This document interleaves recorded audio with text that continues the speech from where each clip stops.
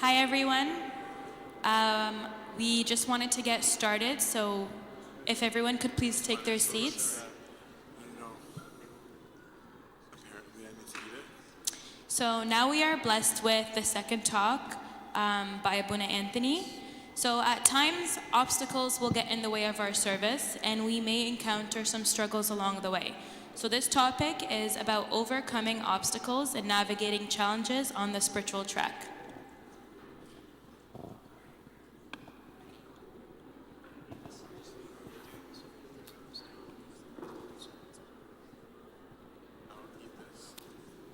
This one? Okay. I was told to eat the microphone. Is that working? I'm eating it. Is it fed? Okay. In the name of the Father, Son, and Holy Spirit, one God, amen. Okay, I have less time than last time, so and I'm supposed to go slower, but I don't think I can because then we're not going to finish. Because when I was prepping, I thought I didn't have enough content, so I just kept adding, and I apparently ran into the opposite problem, so I talked too much.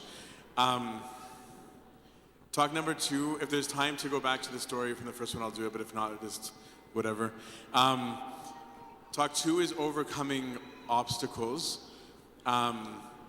And so these are the things that go wrong in the service. And this is going to be a smorgasbord of different things because a lot goes wrong, as you probably all know, in the service, which is why there's always conflict in service and there's always really unhappy thoughts.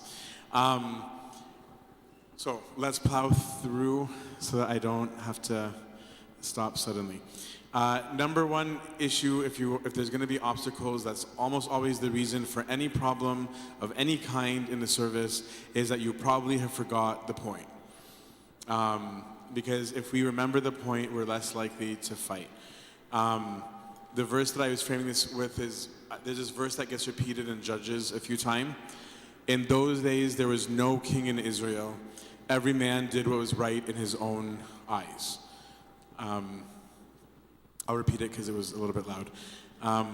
In those days, there was no king in Israel, and everyone did what was right in his own eyes. I think this is the biggest problem for most of us in the service, I'm using the king as an analogy of God, but we're all thinking about what I think is right, and using myself as the standard of rightness. And the minute you are the standard of rightness, all conflicts are going to come out because you immediately view everyone else as wrong because they're not you. And this is where the greatest contentions come.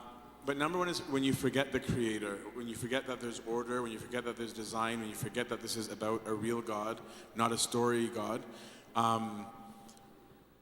And especially from servants, this is so hideous, whether clergy or non-clergy. This is from Isaiah. The prophets, this is God speaking. The prophets prophesy falsely, and the priests rule at their direction. My people love to have it so, but what will you do when the end comes? They're saying, you're all making up stuff. You're making up stuff, and you're saying it in my name, right? And he's like, what are you going to do when you're confronted with me? And that's why you've got to be very careful what you're saying. Is this actually from God? Did you make it up? Because it's very, very dangerous. And the people had a whole system about God that had nothing to do with God, right? They made a whole framework and had nothing to do with God. So number 1 is where issues are going to arise is you're on this Olympic team and you completely forget that there's Olympics. Or you completely forget that there's actually rules in a system, that there's something called physiology, and you think you can just do whatever. And it's like, so what are you going to do, is what God is saying, when you get to the Olympics and you find out that you don't get to roller skate on the 100-meter relay. And then being like, oh, we thought we could because we thought it was a good idea. And it's like, well, that's not how it works, right? So knowing objectivity. The second one, so I'm trying to go fast so I don't run into the problem as last time, but this one I really, really, really care about. So I'll just wait till some people get seated because I know people are just coming in. I want to emphasize this one because I think this is one of the biggest struggles of Christians in general, that they might not always know how to articulate that this is what they're doing. I think so many Christians, and it's understandable, but it's a bad state to be in, are living off of memories. Basically, you spend so much time in the service and other things, you're no longer talking to God, you are shifting towards talking about God, but you don't really know him anymore. And you might have had a relationship with him in the past, but your life and your service revolve around memories, and nothing new is happening, right? So you'll be like, oh man, I remember in my college days, I did this and this and this and this, or like, I had this amazing experience with God, or like, I had these great times at the monastery, and that's all you got, it's old stories, and there's nothing else. This paralyzes the service, actually. Paralyzes you, and it paralyzes the service, because you become stagnant and repetitive. And so your joy goes down, because it's not coming from your heart anymore. It's just these things that you used to like, and that's about it. And then people don't see you in the image of him, of God, that they used to. And they instead see the memory of you even, instead of the real you, right? Think of whether yourself or servants that you really loved or a priest you loved, being like, no, that person used to make me on fire for God. And they used to have the best stories, and they really cared, and we went for walks and we talked, or whatever it is that you relate to. And then fast forward 5 years later, and it's like we rarely talk about God. It's very stagnant. It's like, oh yeah, I remember that time when. And then it's like, yeah, that was a good book, you should read it. And then you repeat the same points you said 5 years ago about the same book.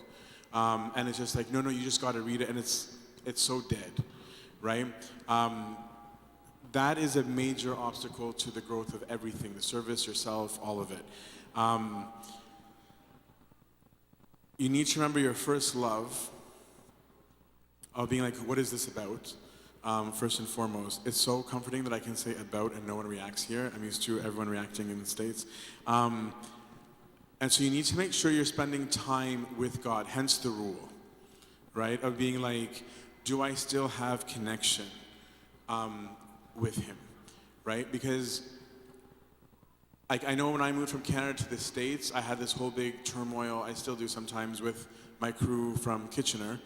Because it's like, okay, these are my best friends, they're my brothers, right? So now I'm in a different country, and I can't communicate the way that I used to communicate. And so I'm just like, it made me like reflect, because I'm just like, we're not gonna every time we get together be like, remember when we went on road trips? Where I'm like, you can only, like, it's fun 1 or 2 times, but it's like, then what? I'm like, yeah, that was nice, we talked about it, right? There needs to be something new. Right? And things in life change, but then it becomes, how do we remain connected in our new circumstances? It doesn't mean I need to be connected in the same way that I was, right? It's like, what does life allow me to do now? How, in my current context, can I show you that you have value and meaning? So the same thing with God, of just saying, okay, I'm in a different life state. What is our way of communication now? Right? What is the place where I can find you now? Maybe in this phase, I could go for walks and I could read this many hours a day. I can't do that right now. What I'm doing is still in your name. How do I spend time with you now?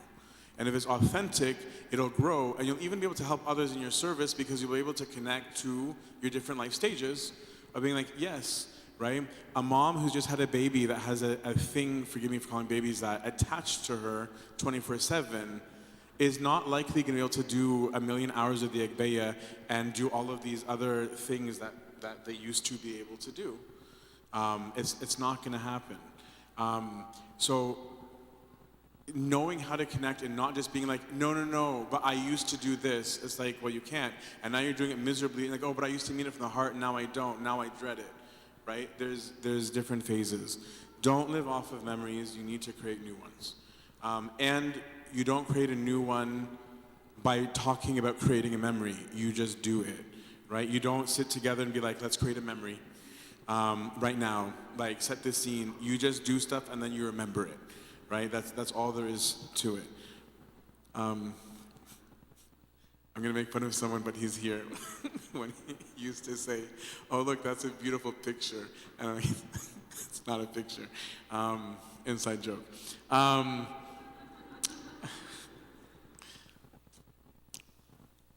Major obstacle number 3, making it about you. Like making the race be about you winning instead of Team Canada winning. I won't spend a long time on that, but the cult of personality is real. Like we love our pharaohs in the Coptic Church.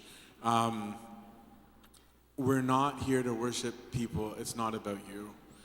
It's not how can I be the one they listen to? How do I be the one that they come to for advice?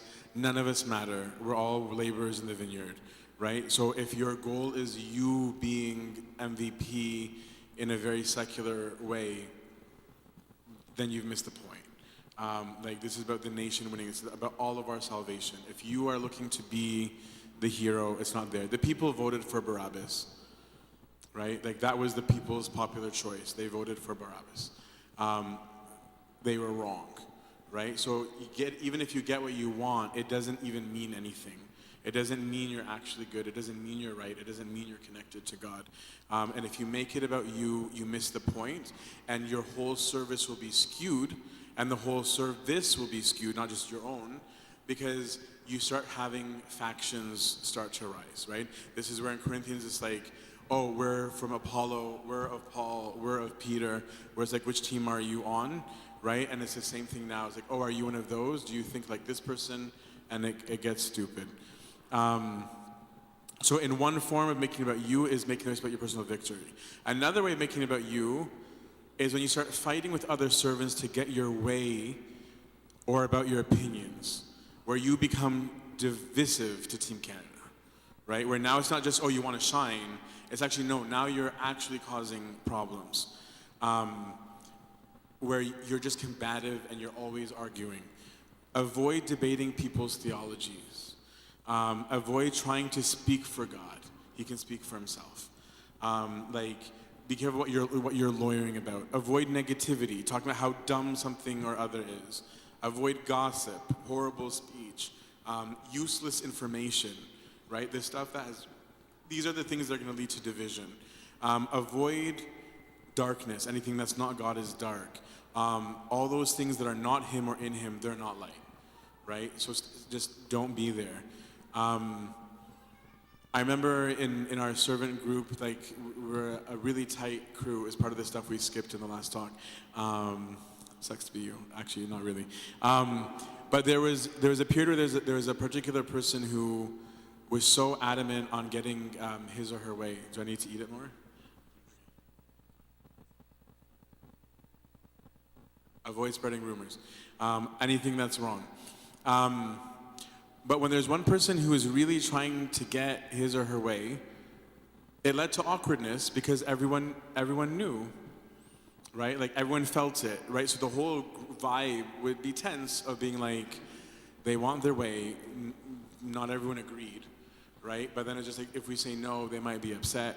And then that's gonna make things, and it led to division. And that led to division among the people who are served because it filters over and the mood is clear, right? And it's just like, there's absolutely no need for that. So if there's something that's not absolute truth, if there's a servant being like, oh, you don't need to believe in Trinity, no, that's absolute truth, they have an issue, right? But if it's a difference in style, had the book, right? Like, just calm down, like, it's okay. Other people will do things differently, and people are gonna have different styles. I remember there was, some of you will remember, one of the servants was very into this in-your-face, hard truth style, where it'd be like, you're an idiot, like, blah, blah, blah. And I remember being so like, whoa, man. And I'm like, because I was the nice, friendly, like, oh, let's talk, like, let's go for a walk. And I thought I was so righteous. At the end of the day, there was a bunch of people who actually really preferred his style. They liked it. And I remember one of them being like, I never took you seriously, you seemed like a clown. And it was interesting to hear that feedback. And I'm just like, really? Like, yeah, you like sat on the floor and made weird noises, I couldn't take you seriously. And I was like, whereas so-and-so, he gave it to me straight. And I'm like, okay, cool, right? They found God through that, it was completely fine. Whereas I was judging the heck out of him, being like, that's so mean. And like, but it's none of my business, right? He doesn't report to me. Right? So if what he's doing doesn't affect anything, then why am I so adamant that we have the same style? We don't need to have the same style, okay? As long as something's not objectively wrong, don't be combative, don't be divisive, I don't know which way it is. Then it can be where you get self-pitying is another problem that can arise when there's persecution from within. Team Canada doesn't like you, or that's how you feel. Here I actually wanted to go biblical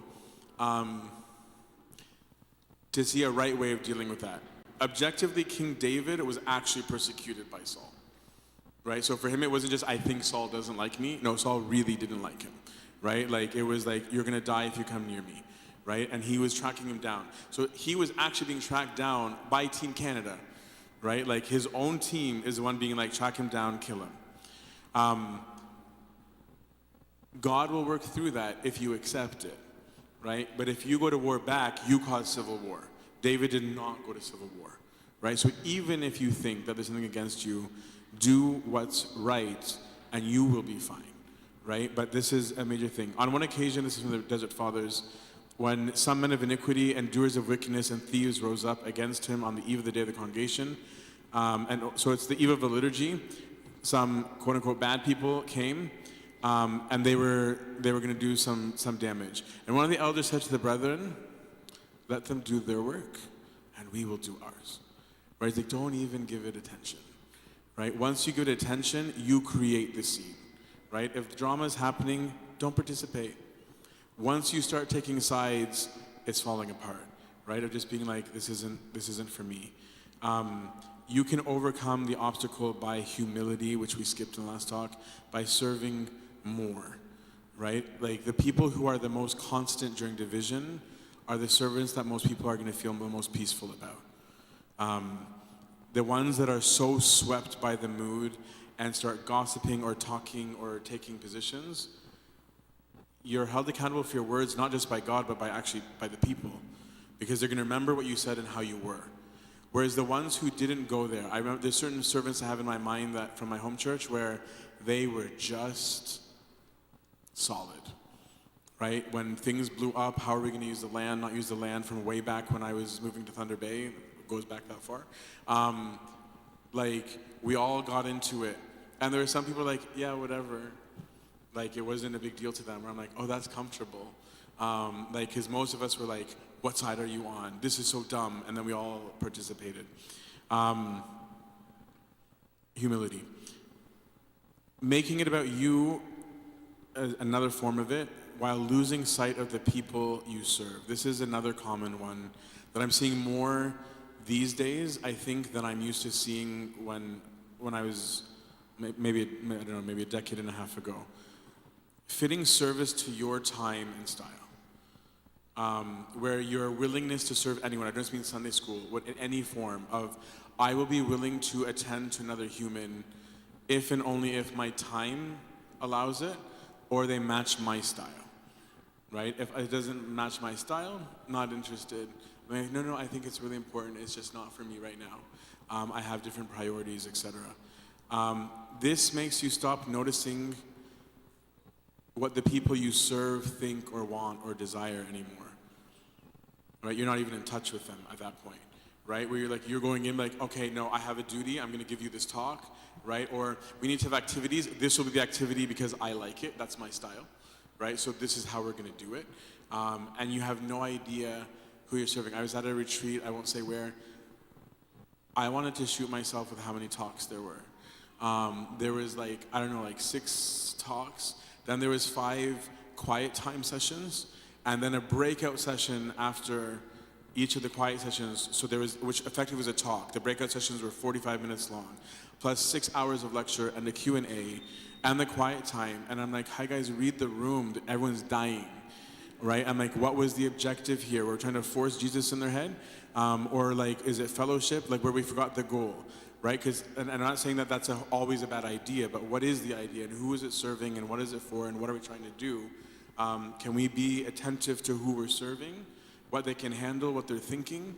And is this the right place, the right time? Are we attentive to them or just to me? Right? Because it's not always the easy that's my style. It could be the hard, of being like, no. They need to realize that hard discipline will bring them to blah, blah, blah. That could be true. It might have worked for you, but it might not also work for everybody. And that's why there needs to be a discussion among Team Canada of how are we going about doing this, because we have to work together. And if we're thinking about the people that we are serving, we better be thinking about them and not ourselves, right? Because it's not about us, right? Service is always about the other, right? And then meet them where they're at and then bring them up. It also leads to barely spending time with them, like quality time. And I think service has turned into lectures and posters, and not who are the humans that we're talking to. The human contact, the human touch, it's fading. I don't know some of it is cultural, but it was the strongest thing growing up. I talk about him all the time. He probably doesn't remember I exist. I will never forget, like when I go to Egypt for the summers, this guy, Ustaz Amgid Nasif, because we called him Ustaz in Egypt, he was probably 6 years older than me, who would pick us up to go to the youth meeting, even though we could walk there, we were old enough. It was like middle school, early high school. And I remember just being like, why are you doing this? I didn't ask him out loud. I'm like, because walking us to church was the equivalent of driving us there because you didn't drive anywhere. And I'm like, doesn't he have a life? Why would some guy older spend time with us? I'm like, maybe he has no friends. I'm like, no, he has friends. But he would chill with us after, he would go for walks with us, he'd buy us tirmis, which I thought was disgusting, and ice cream, and we'd have these talks where I'm just like, you're so cool, you just like us. And those walks and the games and the joking and the coming as a group were so beautiful. It's what made me like, man, this is cool service. That was why when by accident started serving Kitchener, I'm like, do you want to go for a walk? It was the only thing I knew. Right? I'm like, because Ustaz Amged went for walks, right? So there was an attention to the personal, and it inspired so much, right? And it brought us together, even in Minya as a crew, right? We still talk about each other, of being like, where is everybody at? Spend time with the people you serve. It's not about you and your style. It's not about when you have time, make the time. Right? In fact, when you've made the time, people respect it more. I feel so guilty because I notice now to be quote unquote so busy. One of the things that I feel so badly about is I'm like, I know you're busy. Like when that's the intro line, I'm like, man, why did it come to this? Right? It sucks when that's the starting point for anybody, where everybody's assumption is that everybody's too busy. And I'm like, well then where are we? Right? Then we need to be out more so that there's more people and less busyness, so that everyone has access to the people that they need in the name of God. And if you're doing this, it's a possible indicator that your relationship with God has become cold or stagnant, that you're not thinking about others anymore, you're thinking about you.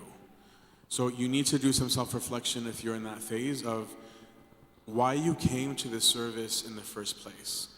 Was it boredom? Was it for your CV to get into God's will of med school? Were you called and moved by the love of God? Because if those are the why, if you don't know your why, you won't know why you're there. King Rehoboam, we don't talk about him much. He's King Solomon's son. And there's a thing that always stuck out to me in his story that was so interesting because he sucked badly as king.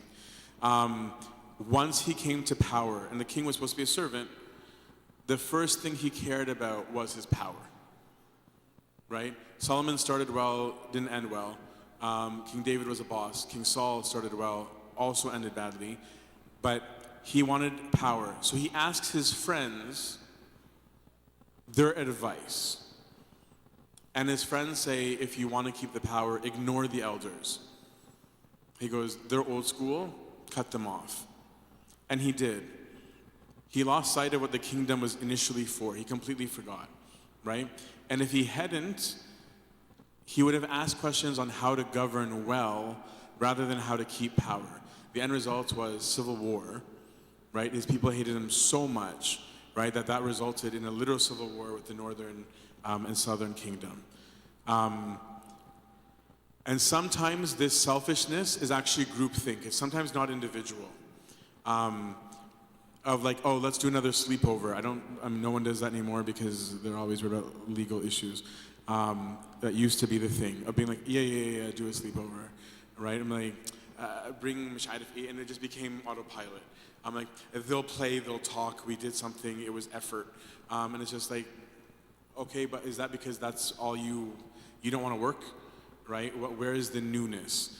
I remember actually Mike Basilius, the first retreat we had for our high school youth, which was a ridiculous success. None of us wanted to do it because of the work, right? It took his persistence to be like, no, we're doing it. And then when it worked, like, let's have 20. And it was just like, let's repeat. And it's like, and then it got stagnant because we were just repeating. So always be awake. Next issue, secularization.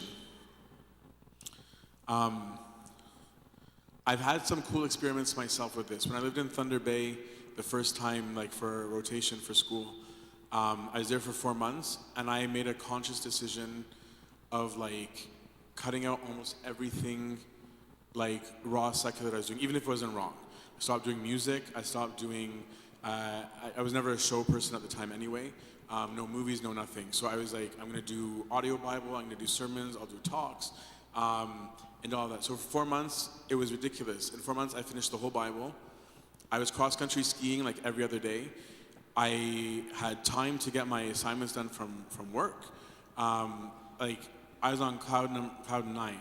And I noticed that it was weird, like a good weird, where I'm like, my natural thoughts were picking up from what I was reading and seeing and doing.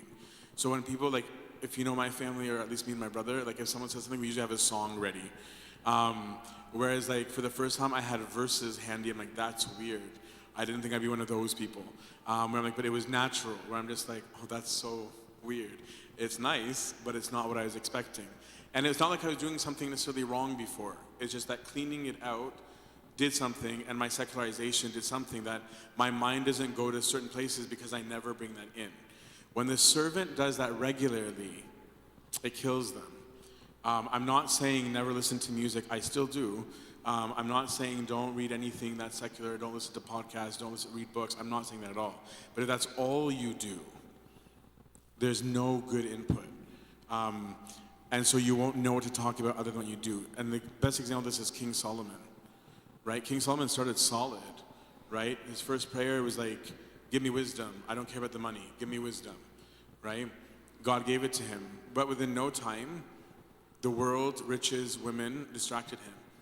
Even though, and this is why it's such an important example, even though he had real experience with God, right? He's somebody who could say, God actually spoke to me. God actually actively, intentionally chose Solomon of all of his brothers, right? It didn't need to be him. And spoke to him. And in spite of that, Solomon goes bad, right? He was completely secularized. There was no positive input. This is what happens when we start serving as a formality, but we care more about the world, and we do the service bit as image, right? Where like we do whatever we want privately, and then at church we're holy whoever, and everyone knows the truth about all of us Anyway, we'll make grand appearances at church, live off those memories of holiness we talked about, but have no active spiritual life. And then we end up serving off of the backs of the people, right? Just like with King Solomon, they put him in a palace, right? And it's like, oh wow, this great servant who actually couldn't care less about anybody, put them on the pedestal, right? Give them all sorts of attention and praise. And then slowly, we're becoming an offense to them, right? Of being like, we put this person in because we thought he loved us, we thought he cared, and now it's like he actually couldn't care less about us, and in fact, he does the opposite of what he teaches us. It's a bad place to be. If you are the same as society, whether you personally or you as a group or whoever, what do you stand for? Is church a club of mostly Egyptians or the house of God? Right? That's the question. If it's a club of mostly Egyptians, okay, then build a culture center, and that's it. But if it's the house of God, right, then it needs to be about that, right? Once we lose sight of that, we're toast. Impurity. No one likes to talk about impurity because it's not popular. Jesus answered them saying, truly, truly, I say to you, everyone who commits sin is a slave to sin.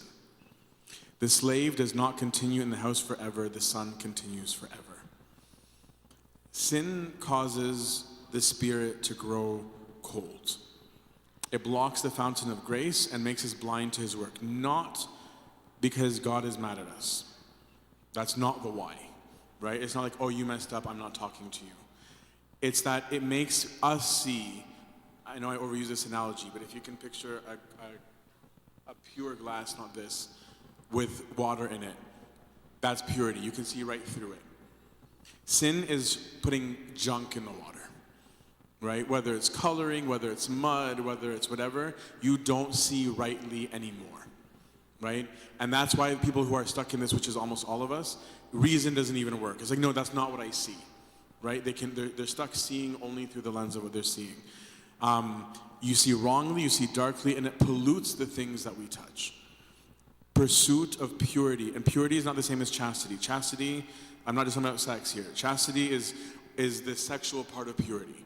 I'm talking about purity as a whole, right? About maintaining right vision, living in the gospel. Purity is so important. Purity of all kinds. The person who sees negatively, this is why God said the light of the body is the eye. Why? Because light is the reason we can see. He's saying, so your ability to see, how you see is what reflects of you. If you see darkly, everything's dark, right? If you see everything is negative, everybody's always manipulating, no matter what they do, you will see them as manipulators. If you see everybody as a jerk, no matter what anybody says, you're like, he's being nice to try and prove he's not a jerk, and you'll find out he's a jerk, right? There's no proving you wrong, right? Purity is so important. Get spiritual disciplines for this, as so many obstacles are caused from impure senses. It's not because of earning things, but because of lack of health. If you lack purity, you miss out on the beauty of purity and what gifts can come from that. And the wrong vision leads to all sorts of things in the service. Jealousy, envy, anger, revenge, judgment, gossip. These poison the team. Right? It's that you see Team Canada differently now. I mean, like, oh, they're not in it for the prize. They're in it for themselves, they're in it for the glory. You start to do this analysis. And then ask, have you never had the experience where you did something or were planning to do something, and as a result, you didn't enjoy where you were, something wrong? Right? When you have a wrong feeling about somebody, you can be with your group of friends, but now you have a wrong feeling of them, you are now no longer enjoying your time with your friends, right? Like I've talked about myself before, where like I was so intent on doing a sin, I was the presence of some lady who's apparently sings St. Mary, and I'm like, yeah, whatever. I'm so numb because I plan my sin, right? It takes something away. Next major issue, jealousy. I'm not going to spend longer time there because I want to be able to finish this one. Saul forgot that he was king in pursuit of killing the next king. Okay, just one-liner. Self-pity and self-indulgence. We talked about it a little bit. I'm going to zoom through this because I want to do the logistics part because I think it's a major disease we have these days. But avoiding being reproved or being corrected results in becoming weak. If you self-pander, right? Imagine if there's a physician that can't tell you you're ill because you're so sad about it, right? Or so sensitive, being like, I'm not going to go to the doctor because the doctor is going to tell me that I'm ill. I'd rather be here. I'm like, but then you continue to be ill, right? Like, so you didn't really get anywhere. But that results in stagnation. When you're doing this as a servant, it's a major obstacle to Team Canada winning because you're not putting in your weight. You're making us lose. Right? Because you're self-pandering, you feel so badly about your condition, you want everybody to pamper you and be like, you know what, like, I'm not saying never receive compassion, right? But you want an abundance of it and you want it in your way. That results in the life of ease, of laxity, what we were talking about last night. That's what results in pure convenience, right? Pure just if I feel like it, if I like it, if I get the praise that I want, whatever, you don't know how to be uncomfortable. That is a major obstacle in service. It'll show in your lessons, your lack of depth, your lack of outreach. You might even if your major service is to ask about people, you'll be so disinterested. Yeah. How are you doing? Good. Thank you. Bye-bye. And being like, if you need anything, let me know. Right? There's nothing real about it. Your life becomes devoid of the cross. I want you, for that example, think of King David with self-indulgence, because the king who was chosen by God, who was awesome, everything fell apart for David when he chose self-indulgence. We always talk about his sin, but his sin happened when he decided, I don't need to go to war anymore. I've done my time. Right? Everyone is at war. This is the one war where David's like, I'm not going. And so he's self-indulgent while his people are dying for the kingdom, right? And he's sitting on his balcony and he sees Bathsheba, and not only does he commit sin with her, he contrives this whole method to cover his sin, right? By bringing in her husband, right? Being like, oh shoot, she's pregnant, right? I better bring him home so that it can be plausible, right? That he's the father. And then the guy is andaf minnu, like he's cleaner than King David, where he's like, how can I, forgive me, sleep with my wife when my comrades are dying at war? I will not enter. And then David's like, I have no choice, I have to kill him. Right? Look how it escalated from self-indulgence to adultery to contriving to murder. Right? That's just from self-indulgence. Right? We have to be very careful that we're not self-pandering. This next one I wanted to touch because I think it's become a thing. I'm starting to feel like an obstacle to the service is logistics. This fixation we have now with metrics. How many people attended? Who cares? Right? Only care if it's because you're doing something wrong. Right? If it's because you're not understanding the needs, that's different. If it's, I want to know because why are they not interested in God, that might be interesting. But if it's just, I have a goal of getting butts and seats, forgive me, what are you doing? Right? Where I feel like sometimes that's become the goal. Like, how many people are on the live stream? How many people viewed the video after? Are we trending? Right? I'm like, we need a good hashtag. Everybody send it out. I'm like, what are we doing? Like, what is the point of this? And then, who's the speaker?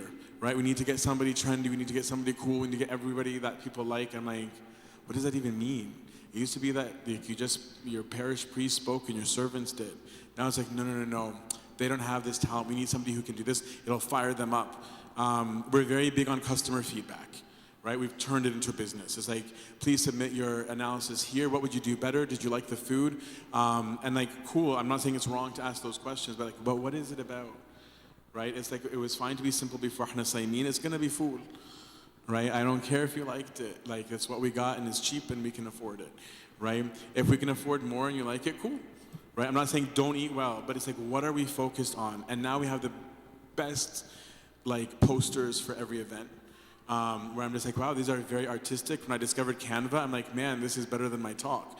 But it's like, we're so focused on that. I'm like, no, that's a bad flyer. Right? And then people on, and then you get likes. And like, how many likes did you get? Did you get any shares? Right? And I'm just like, when did this happen?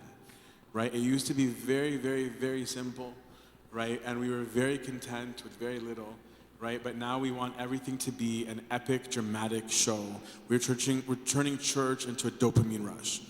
And so we're feeding the same addictions that the world is and giving no substance. So we need to be so careful of, do we care what this is about? Is this about Christ?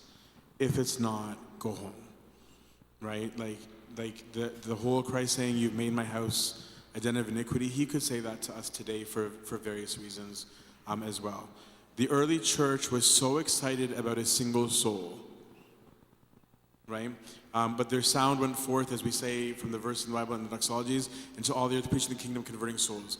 They went from 12 and 70 and whatever followers of Christ to turning the Roman Empire upside down by authenticity. They were not concerned about how many people came to Paul's Bible study. In fact, one kid was so bored he fell asleep and fell off the window and died, right? And then they got a great show because he raised him from the dead, right? But it was not like, oh man, Paul didn't stop to like, hey kid, wake up, I'm talking, right? It was like, oh shoot, he fell. So they were not concerned, they waited, and because it was so authentic, the power of grace, because that's the last point that I'll say on this, I fear that we are the generation that has the form of religion and not its power. We have the look, we have the crosses, we have the imams, we blow smoke. We have fancy Orthodox crosses. But this is the biggest obstacle, but you have no power to your words because it's not real.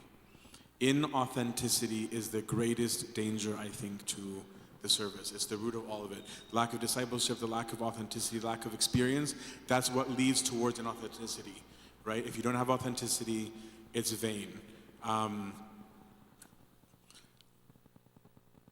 Make sure that you are pursuing a real, authentic relationship with God. If you do this, you convert people by your very being rather than the system. We need systems, we just don't worship the system. The system is a tool, it's not the goal, right? The soul, the salvation of all is the goal. Made it through, glory be to God forever, amen. With 4 minutes to spare, forgive me by speaking very quickly. There's time for 4 minutes. Do we ask questions or just move to the next thing? Whatever you want. Phew. I was anxious. We have time for a couple of questions if somebody has a question. Okay. I'll go here first.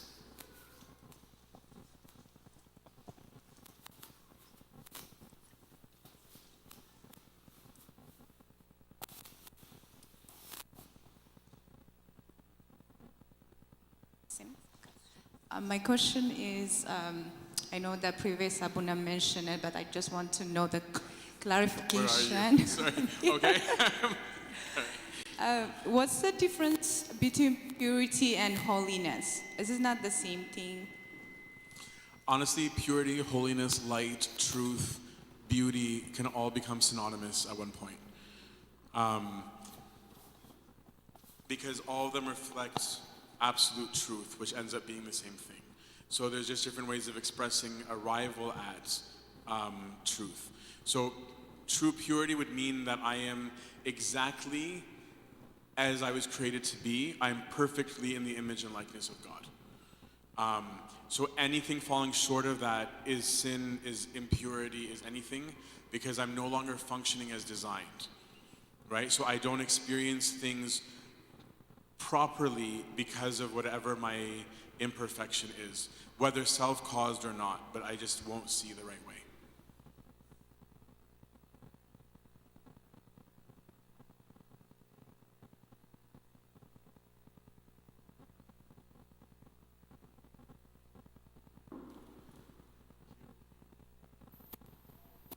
Hello?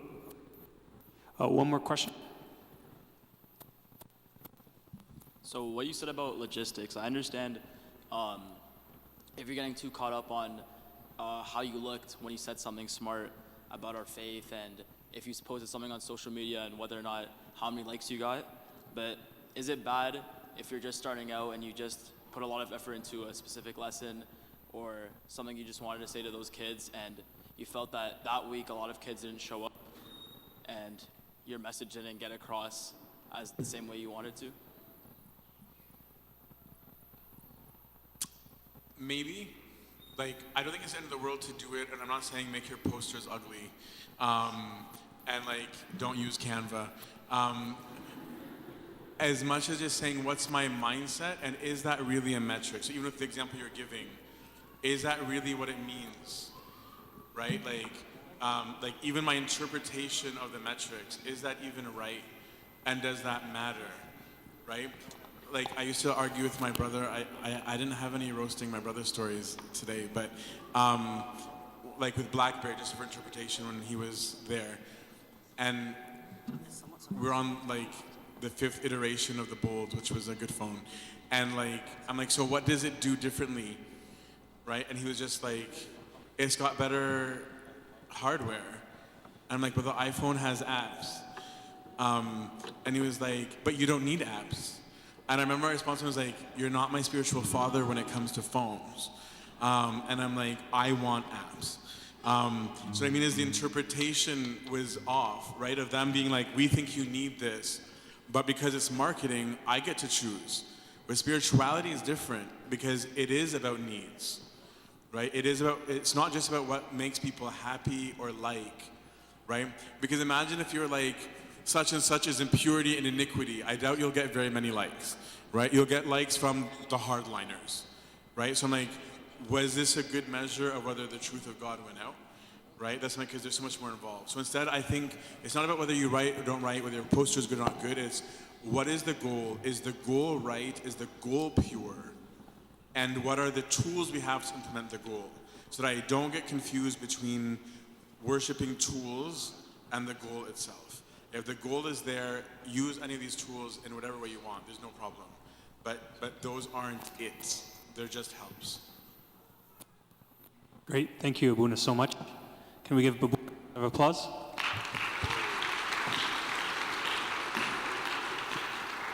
So next we'll have a quick spiritual song, and then I'm going to head back into the Trinity Hall for a very late lunch, early dinner, and symposiums. Just a couple of announcements. For those of you who are married, as in young couples, we have a special session this coming Sunday on a topic that the church doesn't always or doesn't usually or frequently speak about. And the topic is on sexual intimacy in marriage, in Christian marriage. And it will be actually led by Father Kyrillos Fakhouri of St. Mark's Cathedral, who is a priest who serves the couples there, and also he is a registered therapist in Ontario. So this will be this coming Sunday here in the church, in the chapel room downstairs at 3:30 p.m. to 6 p.m. And like I said, if you know any couple, or if you are a couple who's within the last 5 to 10 years of marriage, this is a topic for you. If you have an interest in general, you can come as well.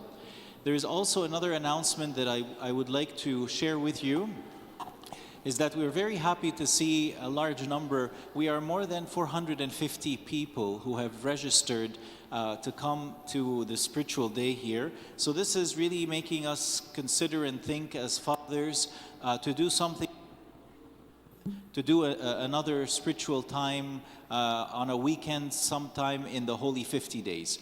As you can tell from my announcement, it's a thought. I have still to speak with the committee and the people who are helping to see whether this is feasible or not. But a show of hand, do you think this would be a good idea for you if we were to have something similar in the Holy 50 Days? Okay. Very good. Okay, so that shows interest. We're going to see work on something like that and get back to you. Another thing for ladies, we have first diocese women conference. Thank you.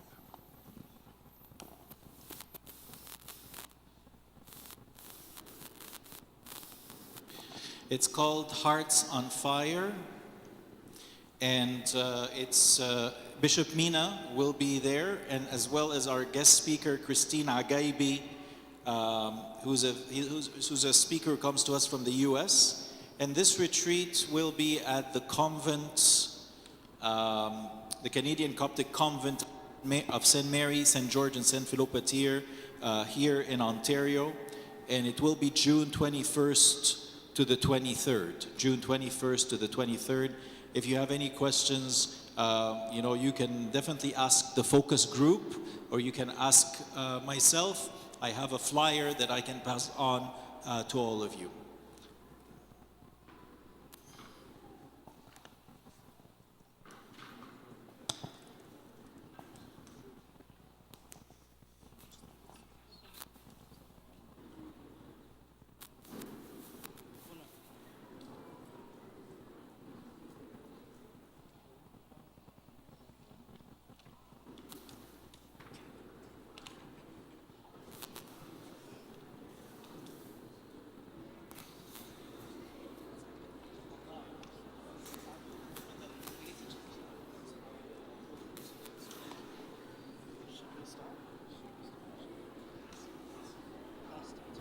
Let's stand up to pray the song together and then close with prayer, go for lunch, and be back.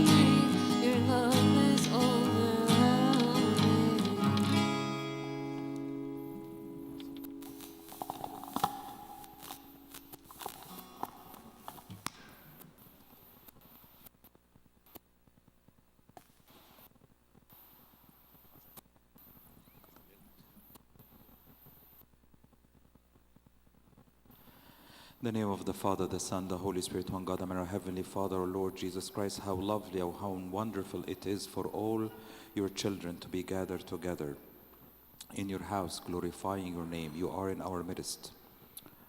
And we have our eyes focused on you so that you would give us strength, so that you would encourage us, so that we would have a purpose, would have a meaning for all of our service and everything that we do. I ask to bless all of my fathers and all my brothers and sisters, the servants who are here to be nourished and to glorify your holy name in their services. Through the prayers of all the choir of heavenly hosts of angels, the intercessions of the Holy Theotokos and Mary and all the saints, accept our prayers as we say, Our Father who art in heaven.